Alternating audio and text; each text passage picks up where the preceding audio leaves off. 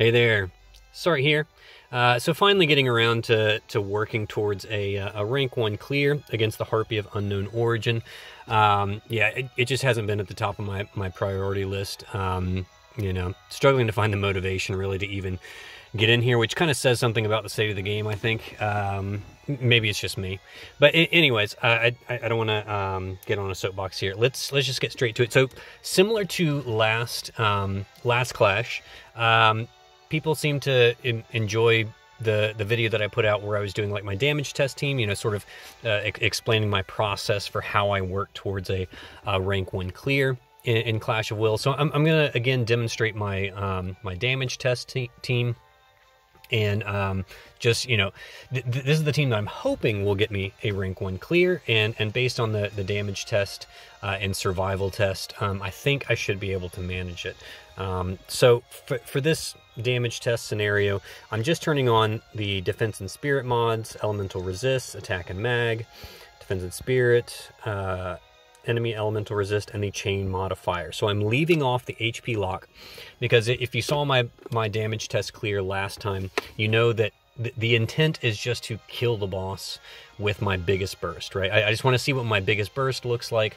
I want to make sure my team can survive, which is why I turn on the Attack and Mag mods and the Party Elemental Resists.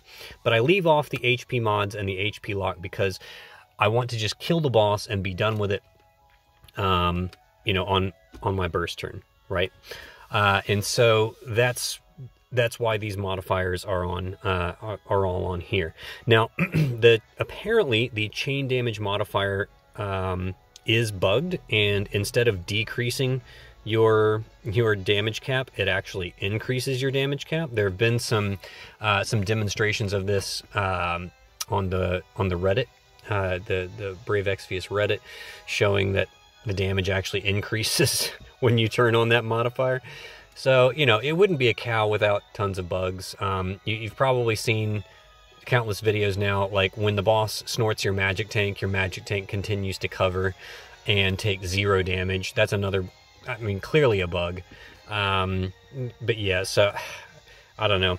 Again, another buggy cow. It just doesn't really give me a lot of motivation. But anyways, let's go ahead and get in here with all these mods turned on. This is the team, this is my damage test team, and the team that I hope will lead me to a rank 1 victory, you know, at some point. So we've got Kaito. Kaito obviously here for breaks and for killers, for dispelling the boss's attack and mag buffs, which are very, very important to do throughout the fight. We've got... we of course have Elena. Elena is the magic tank and brings the big leader skill for the rest of the party. Of course, bringing Malphase because she is, you know, built for this Clash of Wills. I decided to bring 2B because you know, she is by far my strongest Clash of Wills unit, I think.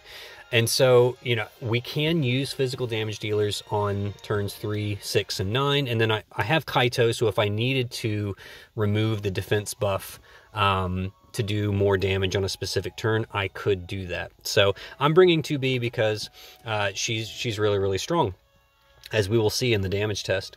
Kresnik is here for a few things. For one, morale. So this boss does throw a crap ton of morale at you.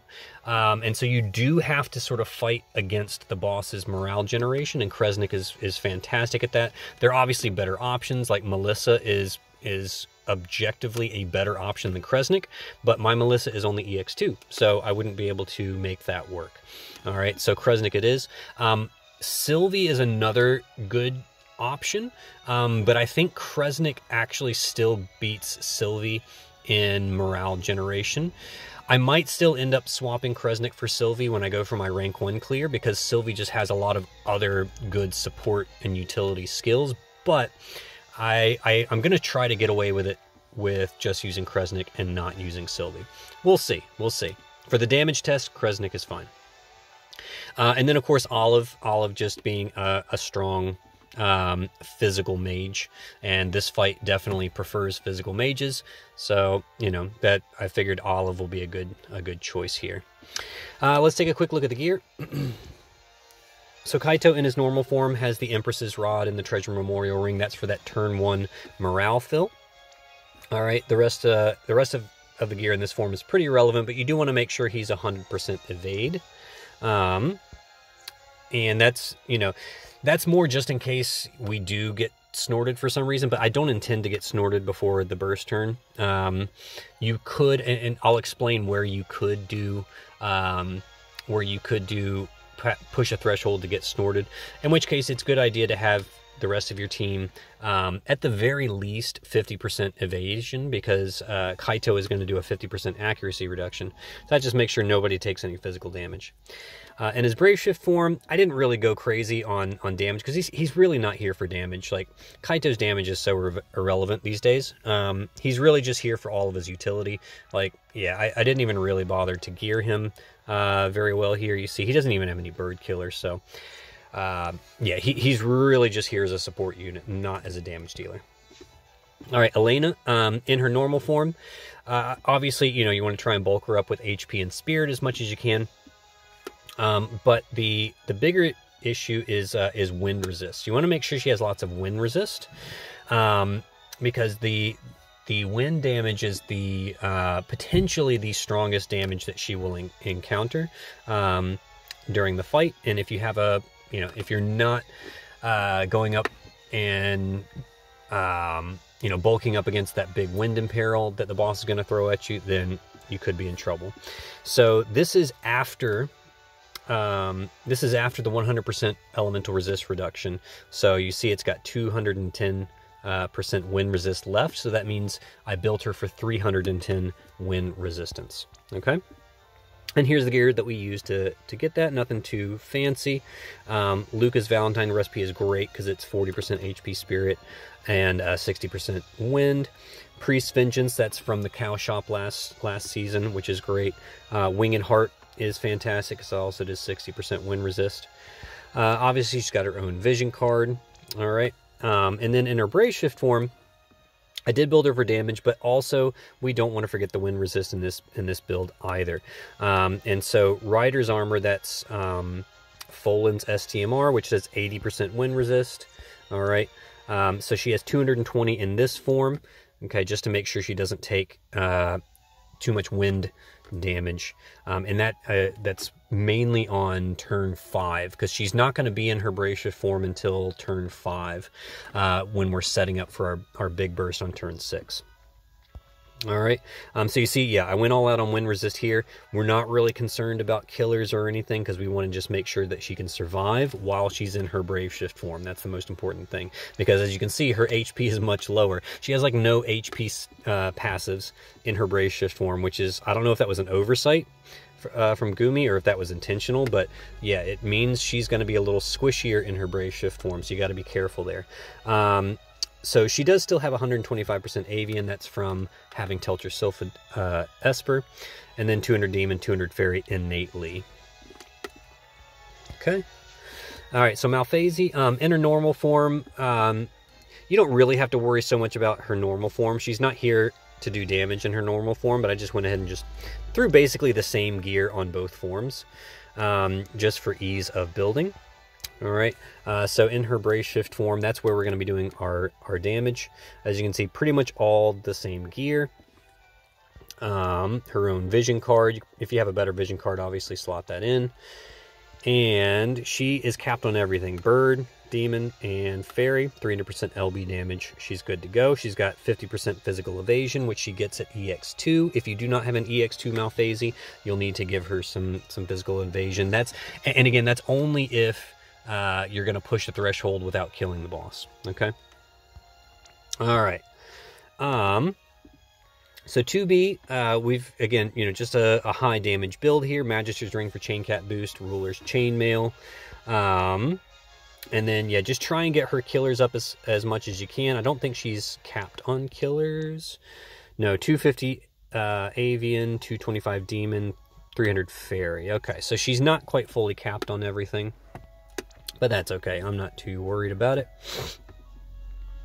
Probably if I gave her Bahamut Esper, probably be better to put Bahamut Esper on her actually to get her killer spread a little more even. pretty much same gear in both forms. I do have Tyvis's Spirit on here, but I don't actually end up using it for this particular clear, so I probably will end up taking that out in the end when I actually do my rank 1 clear. We'll see. It does kind of take her killers down quite a bit in this form, but we're also not concerned about doing a whole lot of damage in this form either. Not for the damage test, at least. All right, and that's all she needs. Kresnik. So Kresnik is, you want to try and build him for evasion as well. I went ahead and built him for 100% evasion, but you don't need to. 50% is fine if you have Kaito on the team. And he is going to be our provoke unit, so he's provoking all the single target physicals. So I guess in that case, he does actually need to be 100% evasion, because we're not going to have the 50% accuracy down on turn 1. So yeah, he does need to be 100% evasion, actually. We gave him, this is Melissa's card, which is now free in the coin shop, and does the 400 morale per turn. Perfect Provocation, you see, is the materia from last Clash of Wills to make him 100% provoke. And then, yeah, pretty much the same build in both forms. Nothing really different there. Just 100% evasion, and you're good to go. Olive. So Olive is another one that's a little bit tricky to build for the killers. She does have innate bird killers, but no innate demon or fairy killers. So building her for those is a little bit tricky, but you know, she still does all right. Magister's Ring for Chain Cat boost. And then, yeah, the materials to get her, her killers up. We've got this vision card because it has demon killers on it. All right, so her spread is bird, 275% avian, 275 demon, and only 50% fairy. Yeah, that's pretty sad. But it is what it is, you know. You do your best. You do your best. All right. So yeah, the idea here is just to see what the biggest burst with this team looks like, get an idea of what kind of damage output we're putting out there, and to make sure that the team can actually survive for a certain number of turns. This is going to go out to turn 6. Turn 6 is our big burst turn. You know, I want to see how our morale generation goes. I want to see how the team survives to make sure we can actually make it that deep into the fight. And so let's get in there and see how we do.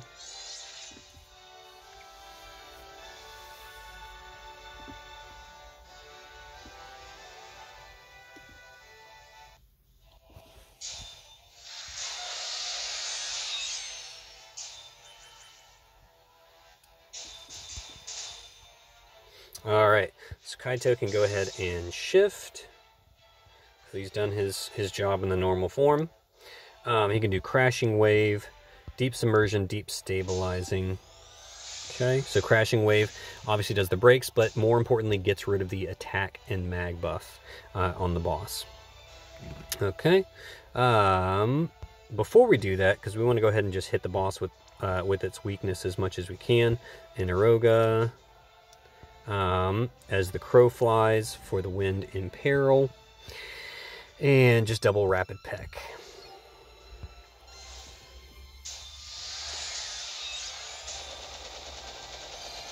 Okay, now Kaito can go. 2B will do Avoid and just double True Charge, either True Charge Blade or Spear, doesn't matter, it's just for morale gen. Okay, Kresnik will also start letting the morale flow with Arcane Stimulant so that he does the 1000 morale every turn. All right, Olive is just going to do all of these little skills which generate morale. And Elena is going to do Cover, not Provoke. We do not want her to provoke. She'll do Sanctuary of the Azure Crystal for all the mitigations. And then Shelga for the 75% magic mitigation for herself.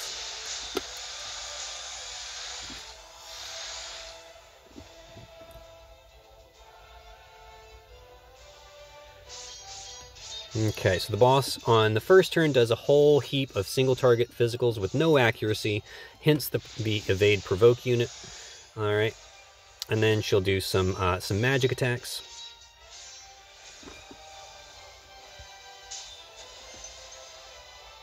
Okay. All right, so so far, so good. Pretty harmless. All right, we're just going to do more morale generation from here on out. Now Kaito can do Torrential Downpour for the 50% accuracy down, as well as the killers, of course, and then just more morale fill here. Okay. All right, 2B is just going to do morale fill and more morale fill. Okay. Elena, she can do, on this turn, she'll do her cover again because that does some morale fill. We'll do, with this power, I'll protect you because that also does some morale fill, which is nice. And I think, does this one do morale fill as well? I can't remember. Just to hit the boss. Come on, why won't you show it to me? Trying to get it to show the details. No, this one does not do morale fill. Okay. Let's go ahead and put up Crystal Echo then. I think that should be fine. Alright, on this turn, Kresnik is going to do Arcane Remedy, because we want to make sure that we are covered on all of our ailment resists and break resists, because the boss will throw ailments and resists at us next turn. Alright, Olive, again, we'll just do all these little setup skills for morale fill. Okay. And yep, that should be it.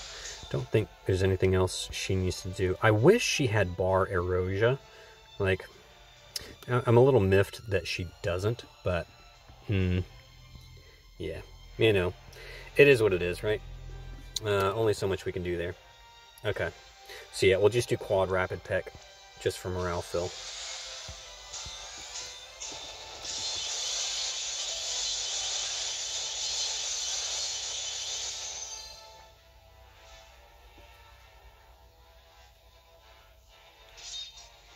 Okay, some more single targets. So Stormfront is the one that does the 200% wind resist, or wind imperil to the whole party. And then she does some wind magic attacks on the second turn. She's got a very simple 3-turn rotation. And so on the, turns 2, 5, that's the one where you really want to make sure that you are covered on your wind resist. You see Elena took quite a bit of damage because we don't actually have a wind resistance buff up currently, but she's bulky enough in this form that it's not that big of a deal. Now, turns 3, 6, and 9 can be very, very dangerous for your magic tank, unless you push the threshold. If you push the threshold, your magic tank is almost always going to get snorted off the battlefield, and then the tank takes 0 damage. It's like, it's hilarious. I am not going to do that. If you have the option here, you can push the 75% threshold and activate the snort if you want to, but I'm not going to do that here. And so what we're going to do, we're going to have Kresnik. Kresnik's going to have to heal her up, and Elena's actually going to guard, because it's actually going to hit pretty hard, because the boss is going to put up an attack and mag buff and then proceed to deal damage. Okay, so Elena's actually going to have to guard here to make sure she does not die. Olive's going to go ahead and do her LB, or her SLB, so that she gets her Magnus up. So, like I said, you could, theoretically, go ahead and do a burst turn, because the boss doesn't have the defense buff up anymore, so you can actually have 2B, chain it up for some damage. You'd shift her into her normal form, and just have her chain her normal chain move. But we're not going to bother with that. Olive's just going to go. Kaito, all right, it's just going to do more morale fill here. Okay, 2B's just going to do more morale fill here. And more morale fill.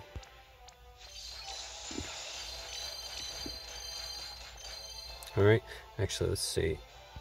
I'm going to go ahead and just re-up the kill. I just, because it only lasts 3 turns, I always worry it's just going to be, it's going to run out on me, so.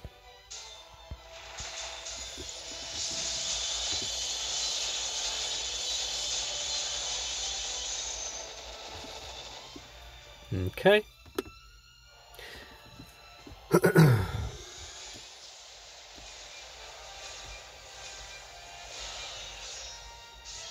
All right, so you see there was an uncoverable magic attack there. It's fine.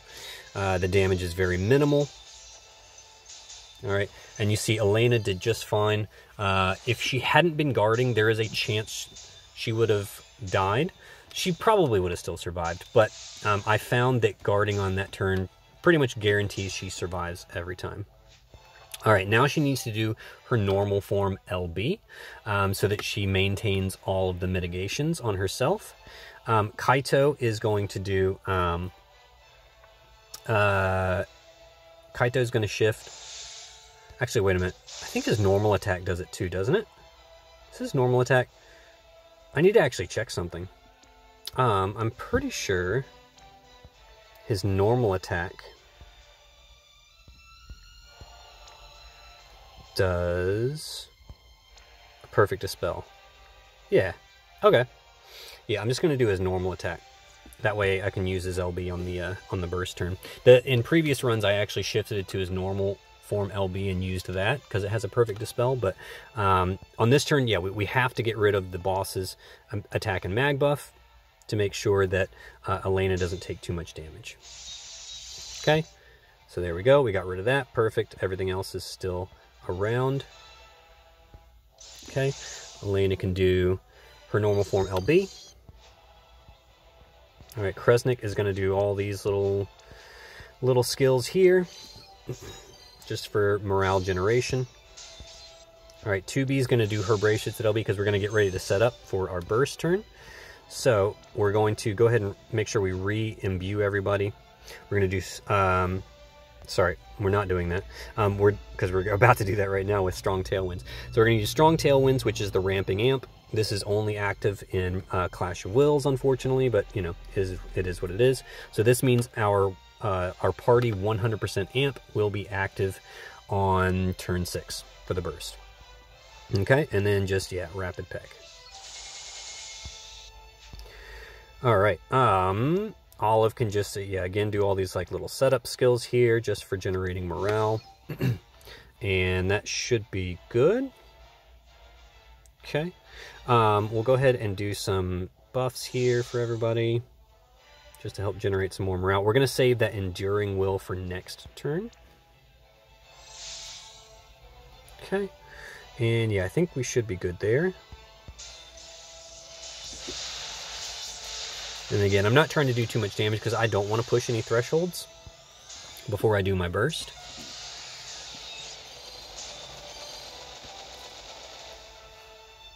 All right, and the idea is just to try to get close to 200%. This boss throws so much morale that it's fairly difficult to hit 200% on the burst turn, but, you know, we're going for it.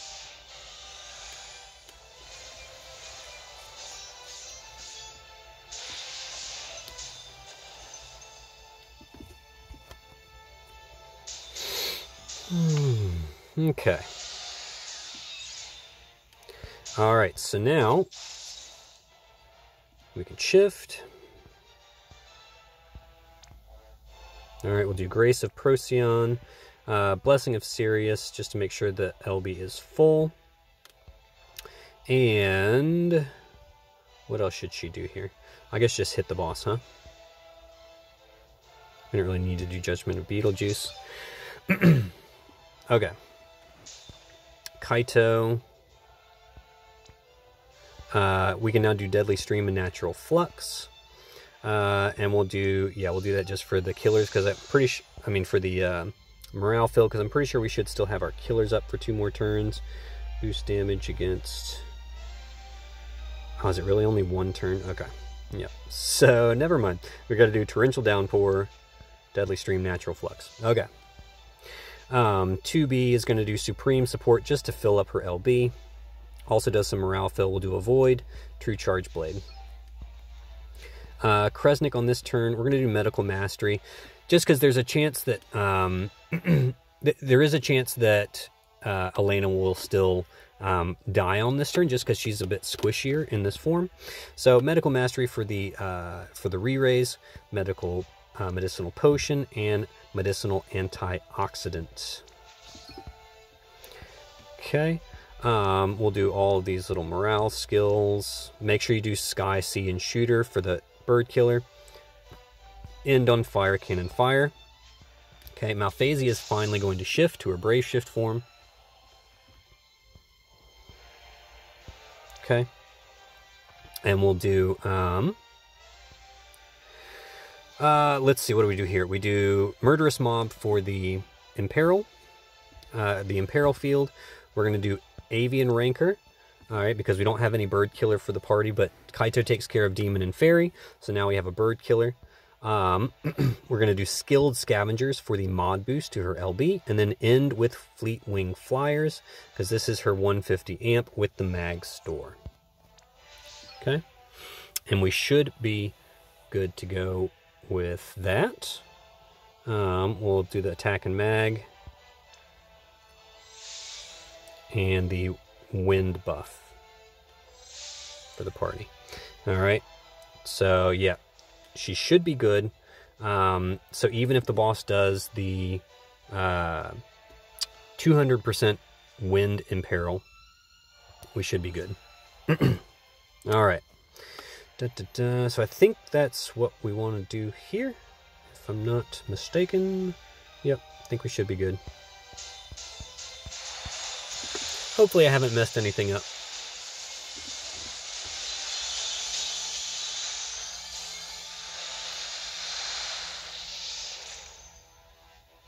Hey, we hit 200%. All right.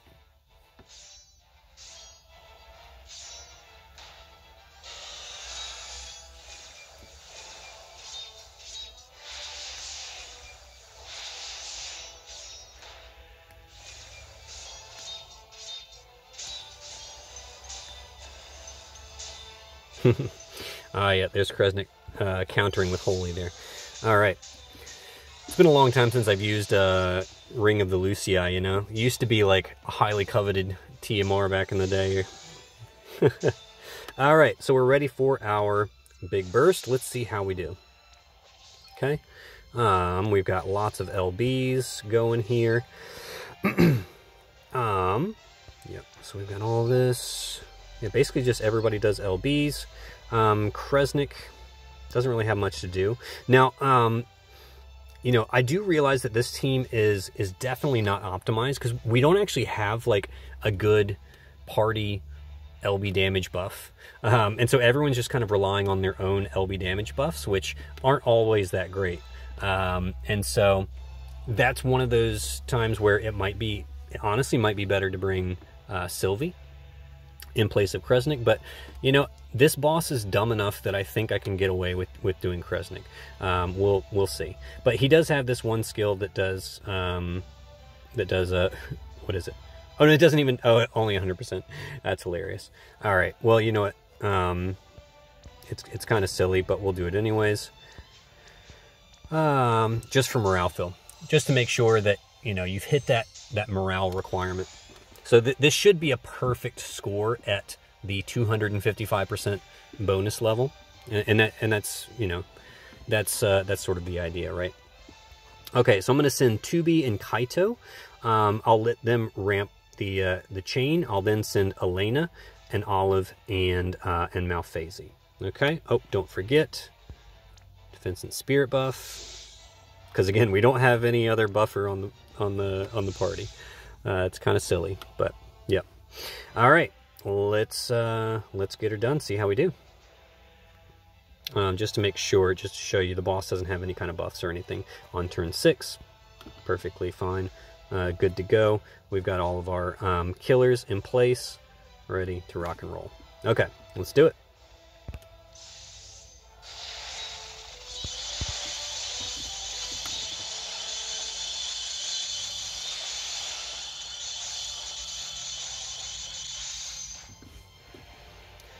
Alright, so the boss has 3 billion HP with none of the HP mods turned on, and we just did 4. Yeah, so that's a pretty healthy burst.